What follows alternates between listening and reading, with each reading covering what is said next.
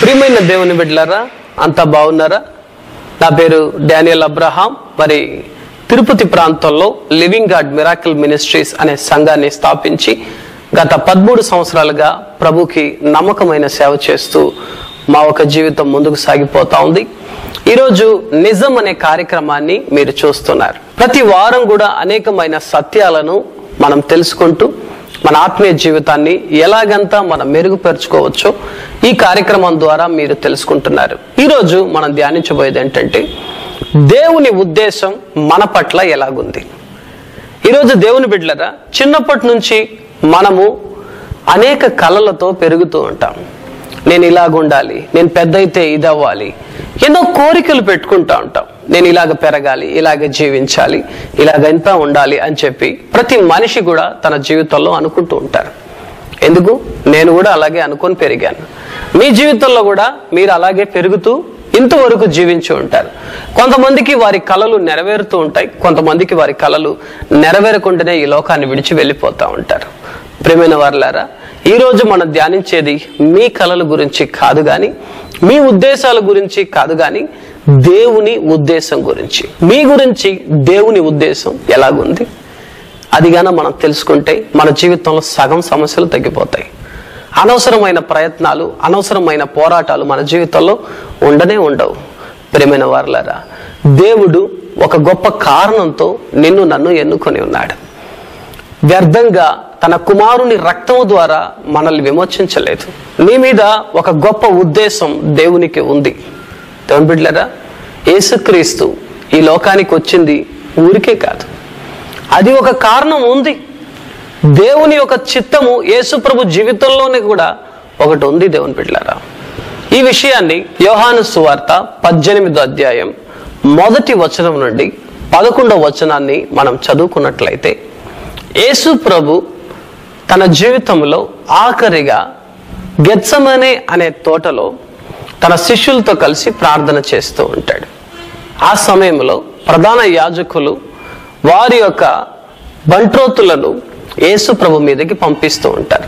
యూదాస్కరియోతు యేసు ప్రభుని పట్టుకోవడానికి ఆ యొక్క బంట్రోతులు తీసుకొని వచ్చినప్పుడు జరిగిన సంఘటన అక్కడ రాయబడి ఉంది.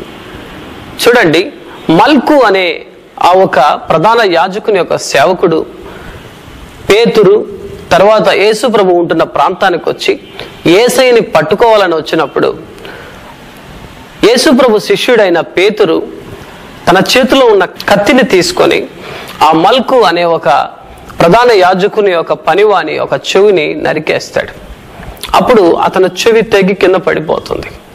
అప్పుడు యేసు ప్రభు ఆ 11వ వచనంలో ఒక మాట అంటారు, కత్తి ఒరలో ఉంచుము, నా తండ్రి అనుగ్రహించిన పాత్రలోనిది నేను త్రాగకుండా ఉండునా అని అంటాడు.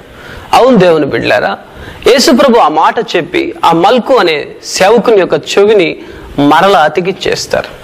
మరలా ఎప్పటిలాగా వాని చెవిని వాని స్థానంలో ఆయన పెట్టేస్తూ ఉంటాడు. దేవుని బిడ్డలారా, ఈ మాటలో ఉంటున్న విషయం ఏమిటి? దేవుడు యేసు ప్రభుకి అనుగ్రహించిన పనిని ఆయన చేస్తున్నాడు. యేసు ప్రభు తన చిత్తాన్ని నెరవేర్చడానికి భూమిలో రాలేదు. తన ఇష్టం వచ్చినట్టు బ్రతకడానికి ఆయన ఈ లోకంలో రాలేదు. తండ్రి యొక్క చిత్తాన్ని నెరవేర్చడానికి భూమికి వచ్చారు. దేవుని బిడ్డలారా, సర్వలోకానికి అధికారిగా యేసు ప్రభుని దేవుడు నియమించాడు. సర్వ సృష్టికి పైనున్నవాడుగా యేసయ్యని నియమించాడు. ఇంత గొప్ప అధికారాలు కలిగిన యేసయ్యే తన జీవితంలో తండ్రి అయిన దేవుని ఉద్దేశ ప్రకారం ఆయన జీవించినట్లు మనం చూస్తూ ఉంటాం. దేవుని బిడ్డలారా, ఇదే విషయాన్ని మనం అందరం కూడా గమనించాలి, బాగా తెలుసుకోవాలి. యేసు ప్రభు లాంటి వ్యక్తే దేవుని ఉద్దేశాన్ని నెరవేర్చడానికి లోకానికి వచ్చినట్లు మనం చూస్తూ ఉంటాం. దేవుని బిడ్డలారా, ఈరోజు మనమందరం కూడా తెలుసుకోవాలి, యేసుక్రీస్తు లాంటి వ్యక్తి మరి దేవునికి లోబడి దేవుని ఇష్టాన్ని జరిగించాడు. లూకాసు వార్త 22:42లో యేసయ్య ప్రార్థన చేసిన ఒక మాట ఉంది. తండ్రి, నా ఇష్టము కాదు గాని నీ చిత్తమే జరిగించుము అంటాడు. అవును దేవుని బిడ్డలారా, యేసు ప్రభు ఇష్టం చేయడానికి భూమికి రాలేదంటే మనము మన ఇష్టం కోసం మనము ఈ లోకంలో జీవించడం అనేది ఎప్పుడు కూడా దేవుని సంతోష పెట్టదు. దేవునికి ఒక గొప్ప ఉద్దేశం నీ పట్ల ఉన్నది. హల్లెలూయా. ఎంత మంచి మాట ఇది. మన జీవితంలో దేవుని ఉద్దేశాలు మనం నెరవేర్చుకోవడం, హల్లెలూయా, మనం తెలుసుకోవడం మన జీవితంలో ఎంత ముఖ్యమో మనం చూడండి. హల్లెలూయా. చాలా మంది యేసయ్యలో వచ్చిన తర్వాత వాళ్ళు అనేక కోరికలు పెట్టుకొని వస్తారు. దేవుని ఆలయంలో ప్రవేశించిన తర్వాత నేను అదవ్వాలి, నేను ఇదవ్వాలి, నేను ఇలాగ జీవించాలి, నేను ఎలాగ జీవించాలి అని చెప్పి ఎన్నో కోరికలు చెప్తా ఉంటారు. దేవుని బిడ్డలారా, నువ్వు కూడా అలాంటి వ్యక్తిగా ఉన్నావా? నీ మీద దేవుని ఉద్దేశం ఏమిటో మర్చిపోయి నీ ఉద్దేశాలు దేవుని మీద రుద్దడం ప్రారంభిస్తున్నావా? ఇలాంటి జీవితం ఎప్పుడు కూడా ముందుకు సాగదు. దేవుని బిడ్డలారా, మనమందరం కూడా తెలుసుకోవాలి, దేవుని ఉద్దేశాలను మనం నెరవేర్చడం నేర్చుకోవాలి. ఇదే నిజం, ఇది అబద్ధం కాదు, ఇది నిజం. నీ మీద దేవుని ఉద్దేశం ఏమిటి? దేవుడు ఎందుకు నిన్ను ఎన్నుకున్నాడు? ఎందుకు దేవుడు కోరుకున్నాడు? పౌలు అనే సేవకుడు ఉన్నాడు. దేవుని బిడ్డలారా, అపోస్తుల గ్రంథం 9వ అధ్యాయం 10వ వచనం నుండి 16 వరకు మనం చూసినట్లయితే ఈ పౌలు అనే సేవకుడి మీద యేసు ప్రభుకు ఒక ఉద్దేశం ఉన్నది. కానీ ఈ పౌలు సౌలుగా ఉన్నప్పుడు ఆయనకు ఒక ఉద్దేశం ఉన్నది. ఏమిటంటే దేవుని ప్రజల్ని చంపాలి. దేవుని ప్రజలు ఎక్కడ కనబడినా యేసు ప్రభుని నమ్మిన వాళ్ళందరినీ చంపాలనేది ఈ సౌలు ఒక ఉద్దేశం. కానీ మార్గ మధ్యంలో యేసయ్య వచ్చి దర్శించాడు. యేసయ్య ఆయన్ని దర్శించి ఆయనతో మాట్లాడాడు. నువ్వు నా కొరకు ఇజ్రాయేలు రాజులు ప్రపంచ వ్యాప్తంగా ఉంటున్న ప్రజల మధ్యలో నువ్వు సాక్షిగా ఉండాలి. యేసు ప్రభు ఉద్దేశం ఏమిటంటే రాజుల మధ్యలోనూ అధికారుల మధ్యలోనూ ఈ యొక్క పౌలు అనే వ్యక్తి సాక్ష్యం చెప్పాలి ధైర్యంగా. యేసు ప్రభు కోసం శ్రమలు అనుభవించాలి. అనన్యతో యేసు ప్రభు వచ్చి ఇదే మాట చెప్తారు. మనము 9వ అధ్యాయం 10 నుంచి 16 వరకు అపోస్తుల గ్రంథంలో చూసినట్లయితే యేసు ప్రభు ఇదే మాట చెప్తాడు. ఇతడు నేను ఏర్పరచుకున్న పాత్ర అయి ఉన్నాడు. హల్లెలూయా. గాడ్ చోసన్, దేవుడు ఎన్నుకున్నాడు. పౌలుగా మార్చి అతన్ని ఒక గొప్ప వ్యక్తిగా, అపోస్తులుడుగా ఎన్నుకున్నాడు. చాలా మంది చెప్తూ ఉంటారు, యూదాసు కోల్పోయిన పనిని ఈ యొక్క పౌలు సొంతం చేసుకున్నాడు అని చెప్పి చాలా మంది చెప్తూ ఉంటారు. అవును దేవుని బిడ్డలారా, దేవుడు నిన్ను కూడా ఒక గొప్ప ఉద్దేశం కోసం ఎన్నుకొని ఉంటారు. చాలా మంది దేవుని ఆలయానికి వచ్చిన తర్వాత ప్రార్థన చేస్తూ ఉంటారు. యేసయ్యా, నేను నా జీవితంలో ఇది సాధించాలనుకుంటున్నాను, అది సాధించాలని అనుకుంటున్నాను. తొమ్మిదిలో ఒక రోజు ఒక యవ్వనస్తుడు నా దగ్గరికి వచ్చాడు. వచ్చి ఒక మాట అన్నాడు, పాస్టర్ గారు, నాకు ఒక మంచి అమ్మాయి రావాలని ప్రార్థన చేయండి అన్నాడు. చాలా సంతోషం సహోదరుడా, తప్పక ప్రార్థన చేస్తాను. దేవుని మనసులో నీ గురించి మంచి ఉద్దేశం ఉంటుంది, ఆయన నీకు ఒక మంచి భార్యని ఇస్తాడని చెప్పి నేను ప్రార్థన చేయడానికి మొదలుపెట్టినప్పుడు వెంటనే అబ్బాయి చెప్పాడు, పాస్టర్ గారు, నేను ఫలానా అమ్మాయిని ప్రేమిస్తూ ఉన్నాను, దేవుని చిత్తమా కాదా కలుపుకొని చెప్పండి అన్నాడు. ఇదేంటిది? దేవుడు నీకు మంచి భార్య ఇవ్వాలని అడిగావు, బానే ఉంది. రెండవది, నువ్వే ఒక అమ్మాయిని సెలెక్ట్ చేసేసావు, చాలా బాగుంది. నేను చెప్పాను, ఓకే బ్రదర్, అప్పుడు నేనేం ప్రార్థన చేయాలా? ఆ అమ్మాయే నాకు భార్యగా రావాలని ప్రార్థన చేయండి పాస్టర్. అదే దేవుని ఉద్దేశంగా ఉందా లేదా అని కనుక్కొని చెప్పండి పాస్టర్ గారు అన్నాడు. చూడండి దేవుని బిడ్డలారా, వీడే దేవుని ఉద్దేశం తెలుసుకోవాలని వచ్చాడు. రెండోది, దేవుని ఉద్దేశాన్ని పక్కన తోసేసి తన మనసులో కోరికల్ని దేవుని ఉద్దేశంగా మారాలని కోరుకున్నాడు. ఎంతమంది ఇలాగ లేదు? పలానా జాబ్ నాకు రావాలి దేవా అని చెప్పి ప్రార్థన చేసేవాళ్ళు ఎంతమంది? ఫలానా స్త్రీని నేను వివాహం ఆడాలి ప్రభువా అని ప్రార్థన చేసేవాళ్ళు ఎంతమంది ఉన్నారు? ఎంతమంది తెలుసా? అనేకులు నాకు ఫోన్ చేస్తూ ఉంటారు యవ్వనస్తులు, అన్నయ్య మీకు తెలుసు మా యవ్వనస్తుల బాధ, నీకు తెలుసు ఫలానా అమ్మాయిని నేను ప్రేమిస్తూ ఉన్నాను, ఆ అమ్మాయి అయితే నా మాట వినట్లేదు. దేవుని బిడ్డలారా, ఎంత ఆశ్చర్యంగా ఉంటుందంటే మన ఉద్దేశాలని దేవుని ఉద్దేశంగా మార్చాలని ప్రయత్నం చేస్తుంటారు. దీనికోసం ఎంత డబ్బులు ఖర్చు పెడతారు, ఎంత టైంను వృధా చేస్తూ ఉంటారు. కొంతమంది అయితే అప్పుల పాలైపోయిన ఉన్నారు. చాలా మంది యవ్వనస్తులు నాకు తెలుసు స్త్రీల కోసం ఖర్చు పెట్టి తన భార్య కాని వారి కోసం ఎంతో ధనం ఖర్చు పెడతా ఉంటారు. ఎంతో మంది స్త్రీలు కూడా ఈ మధ్యలో అనేకమైన పాపములు చేస్తూ ఉన్నారు. దేవుని బిడ్డలారా, దేవునికి నీ మీద ఉద్దేశం ఏమిటో నువ్వు మొదట తెలుసుకోవాలి. అది తెలుసుకోకపోతే ఇలాగే నీ సమయాన్ని వృధా చేసుకుంటా ఉంటావు. నాకు ఒక స్నేహితుడు ఉన్నాడండి, ఆయన షుగర్ పేషెంట్గా ఉన్నాడు. ఎందుకంటే ఆయన చాలా లావు ఉంటాడు, మనిషి చాలా భారీగా లావుగా ఉన్నాడు. మరి ఆయన్ని డాక్టర్ దగ్గరికి తీసుకెళ్తే ఆయన చెప్పారు, ఇక మీదట నువ్వు స్వీట్లే తినకూడదు అన్నారు. ఆయన ఆల్రెడీ షుగర్ పేషెంట్ ఉంది, స్వీట్ ఎక్కువ తింటాడు. ఎంత స్వీట్ తింటాడంటే నెయ్యితో కలిపి చేసిన స్వీట్ని తినడం అతనికి చాలా ఆశ. డాక్టర్లు చెప్పిన వెంటనే నువ్వు వెయిట్ తగ్గాలి, స్వీట్ తినడం మానేసి అంటే ఇంకా ప్రాణాపాయం వస్తుందని చెప్పి వెంటనే స్వీట్ తగ్గించేశాడు. అస్సలు నెయ్యి తినట్లేదు, స్వీట్ తినట్లేదు. చాలా బాగుంది. ఒక 6 నెలలు చాలా కఠినంగా ఉన్నాడు. భారీగా ఒళ్ళు తగ్గాయి, షుగర్ కంట్రోల్కి వచ్చింది. ఒకరోజు నాకు ఒక 1/2 kg స్వీట్ తీసుకొచ్చాడు, చాలా నెయ్యితో చేసిన స్వీట్. నేను చూశాను, ఏంటి నువ్వు నాకు స్వీట్ తీసుకొచ్చావు, నేను తినొద్దన్నారు కదా డాక్టర్లు, ఇలాగంటే లేదు, ఈరోజు నేను స్వీట్ తినడం దేవుని యొక్క చిత్తము అన్నాడు. నేను చెప్పి ఏంటిది, ఎలా దేవుని చిత్తం, నువ్వు ఎలా కనుక్కున్నావు అని చెప్పి అడిగితే అతను చెప్పాడు, నేను కారు తీసుకొని నేను స్వీట్ షాప్ పక్కన పోతా ఉన్నాను.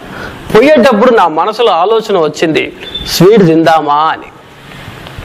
అప్పుడు నేను అనుకున్నాను, దేవుడా నే కారు పెట్టడానికి పార్కింగ్ గాన ఉంటే నేను ఈరోజు స్వీట్ తినడం నీ చిత్తము అని ప్రార్థన చేశాను.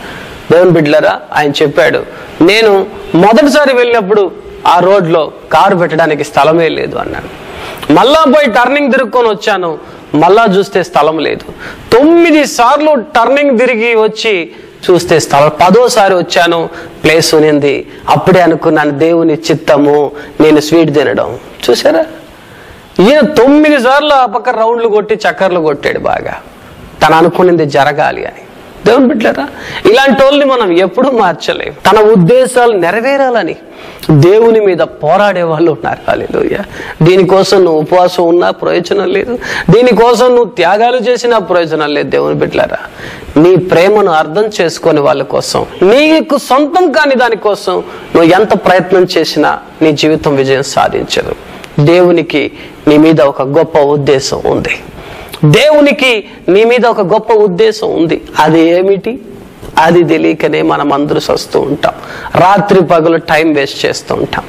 ఈరోజు నీతో దేవుని యొక్క వాక్యముతో నేను మాట్లాడుతూ ఉన్నాను. నీ మీద ఒక గొప్ప ప్రణాళిక ఉంది, దాన్ని నువ్వు తెలుసుకోవాలి ఈరోజు. ఆమేన్. సామెతల గ్రంథం 3వ అధ్యాయం 5-6 వచనాలు మనం చదువుకున్నట్లయితే దేవుని వాక్యం సెలవిస్తుంది, నీ స్వబుద్ధిని ఆధారం చేసుకొనక నీ ప్రవర్తన అంతయు యెహోవా అధికారమునకు ఒప్పుకొనుము అంటుంది. అప్పుడు ఆయన నీ యొక్క మార్గములను సరళం చేస్తాడంట. దేవుని అధికారానికి నీ యొక్క జీవితాన్ని అప్పగిస్తావా? దేవుని అధికారానికి మన లైఫ్ని అప్పగించాలి.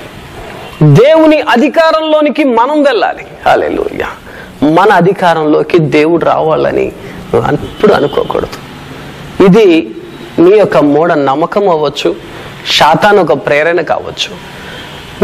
మనం జీవించబోయేది ఎంతకాలం? చాలా తక్కువ. మన శక్తితో పని చేయబోయేది ఎంతకాలం? 20 ఏండ్ల నుంచి 30 ఏండ్ల వరకు నీ ఇష్టం వచ్చినట్టు జీవిస్తావా? నీ పవర్ ఉండేది అంతకాలమే కదా. చిన్నప్పటి నుంచి 20 ఏండ్ల వరకు తల్లిదండ్రుల అధికారంలో ఉంటాం. 20 ఏండ్ల నుండి 30 వరకు కొద్దిగా మన పవర్స్ ఉంటాయి. 30 నుంచి భార్య కంట్రోల్ ఉంటారు, అంతే కదా. భార్య, పిల్లలు, కుటుంబం, మన ఇష్టం వచ్చింది ఏం చేయలేం. దేవుని బిడ్డలారా, ఈ మధ్యలో ఉండే 10 ఏండ్లు, ఈ 10 ఏండ్లు మనం ఏదన్నా చేయాలి. హల్లెలూయా. ఇదే మన అధికారం. ఆ 10 ఏండ్లు నాశనం చేసుకుంటే ఇంకా మొత్తం కాంప్రమైజ్ అవ్వాల్సిందే మన లైఫ్ మొత్తం. దేవుని బిడ్డలారా, అదే గాన నువ్వు దేవుని అధికారానికి ఒప్పుకుంటే నీ యొక్క మార్గములు సరళం అవుతాయి, నీ లైఫ్ సరళంగా వెళ్ళిపోతూ ఉంటుంది. ప్రియమైన దేవుని బిడ్డలారా, దేవుని అధికారానికి ఒప్పుకో. దేవుడు నిన్ను ఏ పాత్రగా మలచాలనుకుంటున్నాడు, దేవుడు నిన్ను ఏ రూపానికి తేవాలనుకుంటున్నాడు, అది తెలుసుకో. హల్లెలూయా. అదే నిజం, అదే సత్యం, ఇదే దేవుడు కోరుకునేది. దేవుని బిడ్డలారా, ఇలాగానే నువ్వు చేయడం మొదలెడితే నీ లైఫ్లో నువ్వు ప్రవక్తగా మారే అవకాశం ఉంటుంది, ఒక అపోస్తలుడుగా మారే అవకాశం ఉంటుంది. పౌలు చూసావా, ప్రపంచమంతా ఈరోజు సువార్త వెళ్ళిందంటే పౌలు అనే ఒకే ఒక సేవకుని దేవుడు బలముగా వాడుకునేది ఆయన గ్రహించాడు. హల్లెలూయా. నీ మీద ఒక ఉద్దేశం ఉంటుంది. ఎంతో మంది ఈ ఉద్దేశాలు, దేవుని యొక్క ఆలోచనల్ని గ్రహించి తన మీద దేవుని ప్రణాళిక ఇలాగుందా అని తెలుసుకున్నారు. దేవుని బిడ్డలారా, మొట్టమొదట యేసు ప్రభు పిలుపు నాకు వచ్చినప్పుడు చాలా విచిత్రంగా ఉంది. దేవుడు నన్ను ఎన్నుకున్నాడు, దేవుడు నన్ను సేవకు పిలిచాడు. అనేకమైన సేవకులు నా దగ్గరకు వచ్చి చెప్పారు, నువ్వు గొప్ప సేవకుడు అవుతావు, నువ్వు ఇలాగంతా సేవ చేస్తావు, నువ్వు గ్రామాలు వెళ్తావు అన్నప్పుడు నేను చెప్పాను, నీతో మాట్లాడిన దేవుడు నాతో మాట్లాడొచ్చు కదా, నీతో మాట్లాడిన దేవుడు నాతో మాట్లాడొచ్చు కదా అని చెప్పి నేను అనుకున్నాను. ఎందుకంటే నాకు తెలుసు నేను అంత సేవ చేసే ఒక జ్ఞానము, శక్తి, బలము నాకు లేదు. కానీ దేవుని ఉద్దేశం వేరేలాగుంది. హల్లెలూయా. ఒకరోజు దేవుడు నాతో మాట్లాడాడు. 1 రాజులు 19వ అధ్యాయం 19వ వచనం ప్రకారం, ఏలియా ఆత్మను నీ మీద పెడుతున్నాను, నీవు నా సేవకునిగా ఉండు అని దేవుడు నన్ను పిలిచాడు. ఆ రోజు నేను దేవుడితో నా జీవితాన్ని, ఆయన అధికారానికి ఒప్పుకున్నాను. ప్రభువా, ఇక మీదట నేను కాదు, ఇక మీదట నా జీవితంలో మీరే ఉనండి అని ఎప్పుడైతే చెప్పానో ఆ క్షణం నుండి దేవుడు నన్ను నడిపించడం స్టార్ట్ చేశాడు. దేవుని బిడ్డలారా, ఎన్ని అద్భుతాలంటే, ఈ కడవరి దినాల్లో దేవుడు అద్భుతాలు చేస్తాడంటే అందరూ నవ్వుకుంటూ ఉంటారు, మనల్ని వేలాకోలం చేస్తారు. కానీ నిజం ఏంటంటే దేవుని అధికారానికి ఒప్పుకొని చూడు, నీ జీవితం నిజమైన అద్భుతాల గనిగా మారుతుంది. దేవుని బిడ్డలారా, ఈరోజు దేవుడు నిన్ను పిలుస్తూ ఉన్నాడు. ఆయన అధికారానికి నిన్ను నువ్వు ఒప్పుకో. దేవుని బిడ్డలారా, మత్తయి సువార్త 7వ అధ్యాయం 21వ వచనం సెలవిస్తుంది, ఎవడైతే ప్రభువా ప్రభువా అని పిలిచేవాడు పరలోక రాజ్యం రాడు గాని నా తండ్రి చిత్తమును తెలుసుకొని దాని ప్రకారం నడుచుకుని వాడే. పరలోకానికి వెళ్ళాలంటే నీ ఇష్టం చొప్పున జీవిస్తే నువ్వు పరలోకం వెళ్ళవు. నీ భ్రమ అది. నువ్వు అనుకుంటూ ఉంటావు నేను కూడా పరలోకానికి వెళ్తానని. ఎప్పుడు వెళ్ళవు దేవుని బిడ్డలారా. నువ్వు దేవుని ఉద్దేశం ప్రకారం నడుచుకుంటేనే నువ్వు పరలోకానికి వెళ్తావు. నువ్వు అప్పుడే పరలోకంలో ఎంటర్ అవుతావు. చూడండి, ఒక ధనవంతుడు తన కలలో పరలోకానికి వెళ్ళాడంట. పరలోకం వెళ్ళినప్పుడు ఆయన ఒక దేవదూతను చూశాడంట. ఆ దేవదూత ఒక పెద్ద పుస్తకంలో తీసుకుని రాయడం మొదలెడతా ఉందంట. అది రాసేటప్పుడు చూస్తే ఒక వ్యక్తి గురించి రాస్తా ఉందంట. ప్రతిరోజు ఆ మనుషులు చేసే కార్యాలని అది రాస్తా ఉందంట. అప్పుడు ఇతని దగ్గరికి వెళ్ళి చూశాడంట, ఏంటి రాస్తున్నావంటే, మనుషులు చేసే క్రియలు ప్రతిరోజు కూడా నేను రాయడమే నా పని అనిందంట. అప్పుడు అది రాస్తా ఉండే కొద్దీ ఆ పేజీ మొత్తం మాయమైపోతా ఉందంట. వెంటనే అతను అడిగాడు, ఏంటండి మీరు రాస్తూ ఉన్నారు, అన్ని మాయమైపోతున్నాయి అంటే, అప్పుడు ఆ ఒక దేవదూత చెప్పిందంట, ఏమీ లేదు, ఈ లోకం కోసం ఏం చేసినా దీంట్లో రాస్తే అది మాయమైపోతుంది, దేవుడి కోసం ఏం చేసినా అది దీంట్లో నిలబడిపోతుంది అంటే. వెంటనే అతను అడిగాడంట, నా పేజీ కొద్దిగా తిప్పండి అన్నాడంట. వెంటనే ఇతను పేజీ తిప్పితే అసలు ఇతని పేరు తప్ప వేరే ఏమీ లేదంట. అప్పుడు ఆయన అడిగాడు, ఏంటి ఇది అంటే, అప్పుడు ఆ దేవత చెప్పిందంట, నువ్వు ఇంతవరకు దేవుడి కోసం ఏమీ చేయలేదు, దేవుని చిత్తమునే నువ్వు తెలుసుకోలేదు, నీకు ఇంత ధనమును దేవుడు ఎందుకు ఇచ్చాడు, ఇంత ఆశీర్వాదాన్ని ఎందుకు ఇచ్చాడు, నీకెందుకు ఇంతమంది పిల్లల్ని, కుటుంబాన్ని, ఆశీర్వాదాన్ని, పని వాళ్ళు ఇచ్చారంటే నువ్వు మంచి చేయడానికి కోసమే, దేవుడి కోసం జీవించడానికి కోసమే, నలుగురికి సాయం చేయడానికే నీ చేతికి ఇంత అధికారం దేవుడు ఇచ్చాడని అతనితో చెప్పాడంట. వెంటనే నిద్ర మేల్కొన్న అతను ఆ రోజు నుండి దేవుని కోసం జీవించడం, దేవుని చిత్తమును తెలుసుకున్నవాడుగా బ్రతకడం మొదలెట్టాడంట. దేవుని బిడ్డలారా, ఈరోజు నీవు కూడా నీ జీవితాన్ని తెలుసుకో, దేవుని అధికారానికి నీ లైఫ్ ని అప్పగించు. దేవుడు నిన్ను హెచ్చిస్తాడు, దేవుడు నిన్ను దీవిస్తాడు. ఒకవేళ ఇంతకాలం నీ ఇష్టానుసారంగా నువ్వు జీవించినట్లయితే ఇప్పుడే నేను నీ కొరకు ప్రార్థన చేయబోతున్నాను. నీ పొరపాట్లను మీరు ఒప్పుకొని మీరు మారు మనసు పొందండి. దేవుడు నిన్ను హెచ్చించునుగాక. ప్రార్థన చేసుకుందామా? ఐక్యపడండి. పరలోకమందున్న మా తండ్రి, నేను ఈరోజు ప్రార్థన చేస్తున్నాను. మా ప్రియమైన మిత్రులు, ప్రియమైన స్నేహితులు ఈరోజు నాయన నీ అధికారానికి తను తాను సమర్పిస్తున్నారు తండ్రి. ఇంతకాలం నాయన ఇజ్రాయేలు ప్రజలు నాయన 40 రోజుల్లో ప్రవేశించాల్సిన కనాను దేశానికి 40 ఏండ్లు పట్టింది. దేనికంటే నీ చిత్తము తెలుసుకోలేదు ప్రభువా. ఈరోజు మేము కూడా మా సమయాన్ని, మా కాలాన్ని, మా వయస్సుని పోగొట్టుకుంటున్నామేమో. ఈరోజు ఈ బిడ్డల జీవితంలో ఇలాంటి శాపం ఉండకూడదు ప్రభువా. నీ చిత్తము నెరవేర్చకుండా నీ రాజ్యానికి, పరలోకానికి మేము ఎలాగొస్తాం తండ్రి? వచ్చే పరిస్థితి లేదు. ఈరోజు మేము ప్రార్థన చేస్తున్నాం, మాకు సహాయం చేయండి దేవా. ఈరోజు ఈ బిడ్డల జీవితంలో వారి జ్ఞానాన్ని తెరవండి తండ్రి. వారి కలలో వచ్చి వారితో మాట్లాడండి తండ్రి.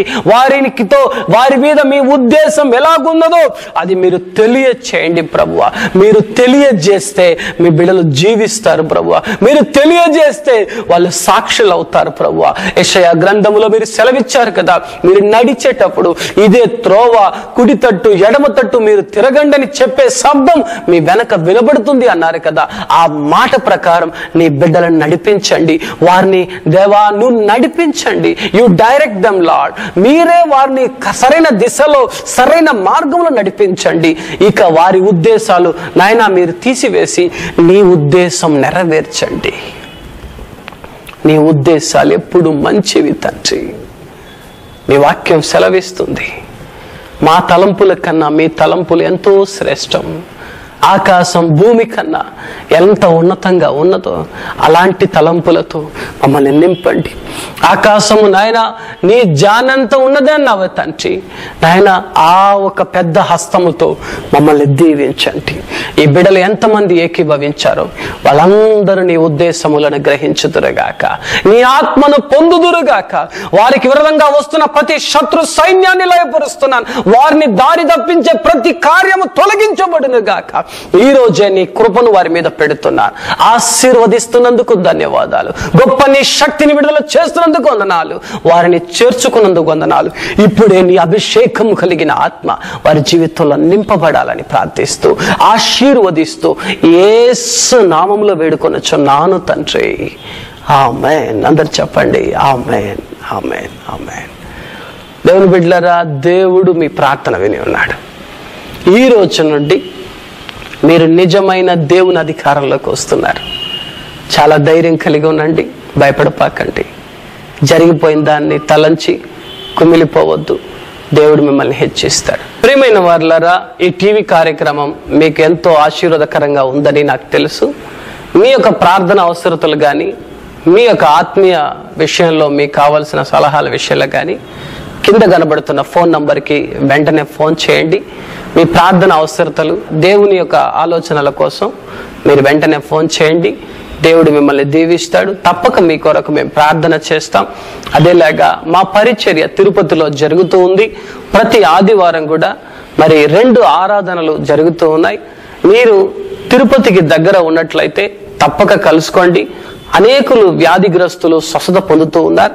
అనేకమైన వేదనతో దుఃఖముతో వచ్చే వారికి దేవుడు అద్భుతం చేస్తున్నాడు. ప్రేమతో మిమ్మల్ని ఆహ్వానిస్తూ ఉన్నాను. ప్రతి ఆదివారం కూడా ప్రొజెక్టర్లో దేవుని వాక్యాన్ని చూపిస్తూ అనేకమైన వీడియోల ద్వారా, సందేశాల ద్వారా అనేకులు ఆశీర్వదించబడుతూ ఉన్నారు. మీరు కూడా వచ్చినట్లయితే అనేక సాక్ష్యాల్ని మీ కళ్ళారా చూడొచ్చు. దేవుడు మీకు అద్భుతం చేయునుగాక. మా పరిచర్యను మీ దిన ప్రార్థనలో గుర్తు చేసుకోండి. దేవుడు మిమ్మల్ని దీవించునుగాక. God bless you. ప్రియమైన వారులారా, మీతో ఒక మాట. మరి నేను ఈ ప్రభు సేవ మార్గములో సాగిపోతుండగా అనేక సమస్యలు, అనేక బాధలు, అనేక దుఃఖములు నా జీవితంలో కలిగినప్పుడు దేవుని వాక్యము నన్ను బలపరిచి మాటలన్నీ కూడా పాటలుగా నేను రిలీజ్ చేయడం జరిగింది. మరి ఇప్పటి వరకు సజీవ స్వరాలు అనే మొదటి ఆల్బమ్ని మేము రిలీజ్ చేశాం. తర్వాత నీకోసమే ప్రభు అనే వీడియో ఆల్బమ్ని మేము రిలీజ్ చేయడం జరిగింది. మూడోదిగా నీకోసమే ప్రభు 3rd వాల్యూమ్ని మేము రిలీజ్ చేశాం. ఈ పాటలు వీడియో ఆల్బమ్గా మీకు దొరుకుతుంది. వీటన్నిటితో పాటు మరి న్యూ తెలుగు గాస్పల్ హిట్స్ అని మరి 30 MP3 సాంగ్స్ ఉన్నాయి. వీటితో పాటు 9 ట్రాక్స్, అంటే మీ సొంత వాయిస్ తో మీ చర్చిలో గాని మీటింగ్స్ లో గాని మీరు పాడుకోవడానికి ఉపయోగకరంగా 9 ట్రాక్స్ ని మేము మీకు అందిస్తూ ఉన్నాం. ఇది మాత్రం కాకుండా ఒక అరగంట సేపు praise and worship, 30 minutes praise and worship, స్తుతి ఆరాధన ఈ యొక్క ఆల్బమ్ లో మీకు ఉచితంగా ఇవ్వబడుతుంది. వీటన్నిటితో పాటు దేవుని యొక్క ప్రసన్నత 3 గంటల సేపు, ఏకదాటిగా 3 గంటల సేపు ఈ పాటల సీడీలు మీకు సమాధానాన్ని, సంతోషాన్ని మీ ఇంట్లో నింపడానికి సిద్ధంగా ఉన్నాయి. మరి కావలసిన వారు కింద కనబడుతున్న స్క్రోల్ అవుతున్న ఫోన్ నంబర్స్ కి వెంటనే ఫోన్ చేయండి. ఈ పాటల సీడీలు మీకు పంపించడానికి మేము ఎంతో ఇష్టపడుతున్నాం. ఇప్పటికే యూట్యూబ్ లో 50,000 వ్యూవర్స్ దాకా ఒక్కొక్క సాంగ్స్ కి ఉన్నారు. దేవుని బిడ్డలారా, పాస్టర్ డానియల్ అబ్రహాం అని యూట్యూబ్ లో మీరు టైప్ చేసినట్లయితే మీరు అనేకమైన మా ఒక వీడియోల్ని, మా టీవీ కార్యక్రమాల గురించి వివరాల్ని మీరు తెలుసుకోవచ్చు. దేవుడు మిమ్మల్ని దీవించును గాక. God bless you. ఆల్బమ్ కొరకైనా ఈ పాటల సీడీ కొరకైనా మాతో మాట్లాడాలనుకుంటే ఈ నంబరుకు ఫోన్ చేయండి 9397924365. మరొక నంబర్ 9885543941. మా వెబ్సైట్ www.danielabraham.in. మా ఈమెయిల్ danieltpty@gmail.com. మా చిరునామా pastor K Daniel Abraham, the church of living God, door number 1-45/A3, second floor, Akarampalli road, opposite Vijetha children's academy school, Tirupati 517501, Andhra Pradesh.